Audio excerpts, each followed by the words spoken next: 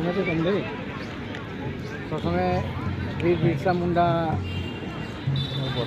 আৰু বৰহাট ক্লাবে ফাইনেল পোৱাৰ কাৰণে সকলোকে মোৰ আন্তৰিক ধন্যবাদ জনাইছোঁ। আমাৰ এই খেলটো জীয়াই ৰখাৰ কাৰণে তাৰ সোঁৱৰণিস্বৰূপ আমাৰ এই সংগঠনৰ সমাজৰ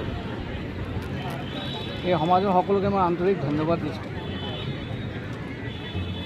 নিজৰ কৰ্মৰ মাজতো অন্ততঃ খেল জগতখনে যে সমাজখন সংগঠিত কৰাৰ এটা কৰিব পাৰি, সংগঠিত কৰিব পাৰি আৰু তাক যে এটা সন্মিলিতভাৱে কৰিব পাৰি, সেইটো এটা বহুত গৌৰৱৰ কথা। আৰু সেইকাৰণে আমি খেল ধেমালি পাতোঁ। খেল ধেমালি পতাৰ মনৰ আনন্দ কেৱল আনন্দ উপভোগৰ কাৰণে নহয়, এইটোৰ দ্বাৰা আমি